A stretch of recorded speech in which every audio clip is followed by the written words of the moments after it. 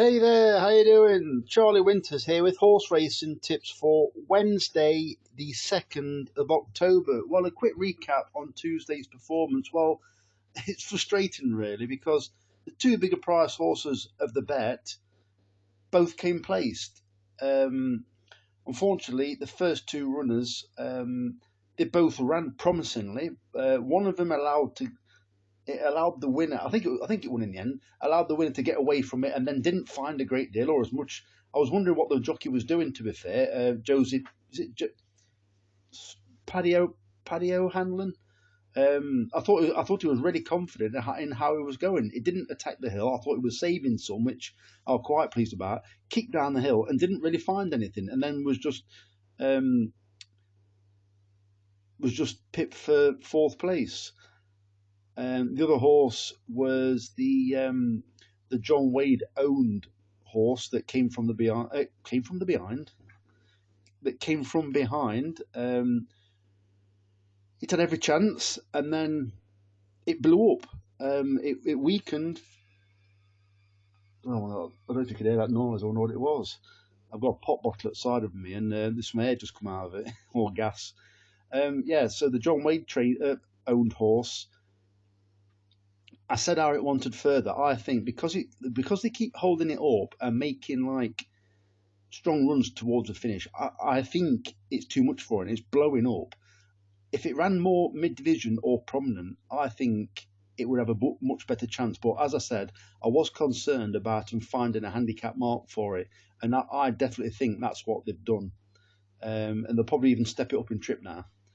So let me get on to Wednesday's selection. So I really like the look of these. The problem is at Catterick, right? I don't know if you know the draw advantage. Speaking of draw advantages, I need all my subscribers and watchers of this video. I need you to do me a big favour. I don't normally ask for that many favours, but this video, and I'll make it very clear in a minute. This video, I want you to send to a friend. You might think, oh, Charlie, just crack on. I'm not going to do that. All I ask is, I'm pretty sure that if you're watching this video, you've got a friend who might not follow a tipster, but will probably be having a bet on Saturday, and it might even involve Redcar. And you might, or us, we might save your mate some money just by, we probably won't put them on a winner, or we might not put them on a winner. But what we will do is, we'll give them a heads up about the draw wires for Redcar races. I know I keep going on about it, but this is massive. I've been looking. I don't know if you can hear that. Hold on 1 second. Right, the lid's off. So the draw bias. I've been really excited by this because this is exactly what I've been waiting for. Virtually unraceable conditions at Redcar. Currently, it's still raining now, and there's do a little bit more during the night. In my opinion, so what happened was at 9 o'clock this morning, they described the going at Redcar as heavy, soft in places. All the rain once again came after 8 or 9 o'clock. So there's been loads of rain since. I've seen puddles and everything. I watched the Redcar Esplanade webcam, and it shows you basically. I think the course is a couple of miles away, further inland. Well, obviously it's not out to sea, is it? Further inland, a couple of miles from where Redcar Esplanade is. And it's been raining on and off for most of the day and quite heavily at times. In my opinion, the ground is currently, like they described it in the past, unraceable. They described it as standing water in places last time, and I think that is exactly where we are with it now.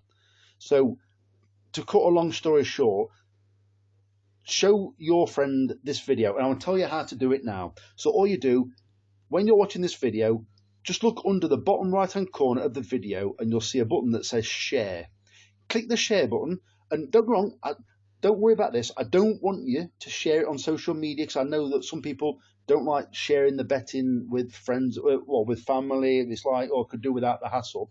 What I'm asking you to do is click share and then tap the WhatsApp if you've got WhatsApp, and then you can choose who to send this video to. So if you've got a friend or a family member that likes a bet, what I'm going to do on Saturday, ask them to look at the video or subscribe and come back Saturday, or just watch the video on Saturday, and I will tell them all about the draw bias for red car racing. And it is huge. I don't know where they're going to put the stalls yet. If they put the stalls far side, it all depends on whether you get out and force the pace. If the stalls are in the centre, you want to be drawn low and head straight towards that far side rail. If the stalls, which I don't think they will be, are positioned on the near side, then it's game over. It's jackpot, because the low drawn horses will make a beeline for that far side rail where the ground is completely different. I'm even tempted to lay some of the very high numbers in the 2-year-old trophy, depending what price they are, on Betfair, laying first 4 or 5 places. Because, in my opinion, and I may be wrong, because they may keep a certain patch of grass fresh for this meeting, which I very much doubt, but in my opinion, the high numbers have got absolutely no chance, or at best, they need to run at least 4 or 5, 6 lengths above what they are currently capable of. So I'm not going to go on about it again. If you could just do exactly what I said, I would really appreciate it. I've only got a small audience, but I really appreciate and respect every single one of you, even though there's only so many comments, which is fine, I don't mind. But I'm going to get into Wednesday's selections now. So it's a tricky draw bias at Catterick, because some jockeys will still elect to go down the middle. In my opinion, in my honest opinion, you do not have to handle heavy ground. What you do have to do is you have to bag this near side rail as quick as you can, because you need to get out that deep stuff, cut the corner and head straight towards this near side. So if the draw bias is extreme, you will even see some jockeys on the round course, so anything, I'm not sure what, is it anything over 7 furlongs, or what they will do is they will go pretty much in the car park all the way around. I don't know if it's that bad, but it can't get much worse, because I think it's described as heavy. So I've gone for horses that I believe can handle the ground, will be up with the pace, some of them will, and also the jockey's head screwed on, or the well handicapped. So let me get into it. So what I've had is, I've had a 5 pence each way Lucky 15, and I've left all the prices to SP. I've had another 5 pence each way Lucky 15 and taken all the prices. I've also had, because I think it's a bit funny really, because there are some horses at big prices that I think can run very well. So I've had 25 pence each way singles, and fingers crossed, a 25 pence each way accumulator. It comes to £5.50 in total. So my finger just slipped then. So the first selection is Serious White in the 138 at Catterick, paying 4 places instead of 3. This horse is round about 9 to 1 at the moment. It's the amateur jockeys race. It's drawn 2. It's actually run over further, but also it tends to race in touch. It can rally, and I think that the jockey has ridden in quite a few times. It used to be owned by, I'm guessing it used to be a dad. Well, sorry, it probably still is a dad, but it used to be owned by a dad. I don't know if he's part of the syndicate or not. I'm thinking they want to get this possible daughter a win. So I think it's drawn 2. I think it'll be prominent without leading, and I do believe that it'll cut the corner and head straight towards the near side. Hopefully, pretty comfortably, but it's definitely ran well under this jockey twice at big prices, which tells me that probably the jockey can ride, because it's ran above itself, or it's ran better than the bookmakers considered it would have done. So I think she can ride, and we'll see tomorrow. So the second selection is Brazilian Belle in the 13 minutes past 2 race at Catterick, paying 4 places instead of 3. One of the more obvious form chances. It's won at Catterick already. It had a break and it's come back and ran okay since. It's ran to its handicap mark. I'm hoping that break will do it some good, and that recent run will do it some good, and it can actually improve on that. I'm hoping, but Michael Dodd's stable is gradually running into a bit more form, and I think it's got a chance.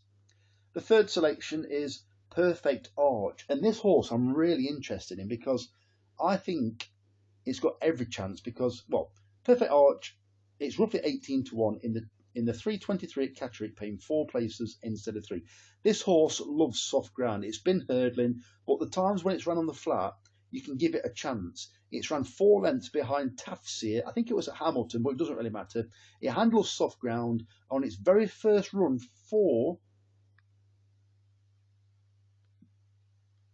Simon West, coming from Ireland, it ran a cracker at Catterick off of 52, and it did a racing post rating of 53. So it ran above itself, but I think it's only off 46 tomorrow. So it's further down the handicap. There's a few question marks over some of them. I think you probably need to keep an eye on, and I hate mentioning other horses because they always seem to run better than the selection. Probably need to keep an eye on Bolin Neal as well. But this is my selection, and I do really like the look of it. And I think it is the biggest price of the day in my bet. And the final selection, in fact, no, it isn't the biggest price. It's about the joint biggest price, is Obi Joe in the 355 at Catterick, paying 4 places instead of 3. This horse has been in and out. If it's in, it's got every chance, but it absolutely loves heavy ground. You pay your money, you take your chance with the Easterbees because it's very difficult to be on the right side of them. Well, it's virtually impossible. I used to take at the angle of the Easterbees. The Easterbees horses don't start running well till June when it's quicker ground. Well, not in my opinion, they hit the ground running this year, and they've had a really good year. So, so they got me straight away at the beginning of the year by having a really good start to the year and a decent finish to it and a good York and whatever. Obi Joe, it's been in a bit in and out. If it takes to the soft ground, if it all of a sudden like perks up for the day, then we've got half a chance. But it's handicapped to be competitive, and it's 16 or 18 to 1 at the moment. So they're all decent prices. You've got 9 to 1 Sirius White, Brazilian Belt 9 to 2, Perfect Arch I think is 18s, and I think Obi Joe's currently 16s. So that is the bet for Wednesday. But before you go, do me a favour, please, if you can, send this video to a friend and just put a little message in saying, watch this guy Saturday, he might be onto something. That's all I ask, because I don't get many views. There's been many channels that I've even noticed. I don't know if I'm doing something wrong. I don't know if there's many channels that have started a long time after this channel that again getting several hundred more views than this channel. I'm happy as it is. This channel is actually monetized, and guess how much I earn a video? About £1. That's it. I'll be honest with you. So I like to be transparent. It's about £1 a video. Is it really worth it? Well, I enjoy doing it. If I can help somebody make some money, I know people have lost money with the channel. Some people have had good days with the channel. There are subscribers that have been here since pretty much the start. There are some subscribers that don't last more than a video. So whatever your choice is, there's plenty more channels out there. There's plenty of people who subscribe to this channel that have come from other channels, or even watch different channels and make their own opinion up. I try and give you whatever information I can. It's not always winning information, and sometimes I make mistakes, but I try the best for the channel, and I wish you the very best of luck. So you can give this video a like, a subscribe, or WhatsApp the video. I really appreciate it. Even add it on Twitter if you want. Anyway, I'm going to stop begging now. The very best of luck. Have a great day. Charlie Winters, over and out. Cheers, mate.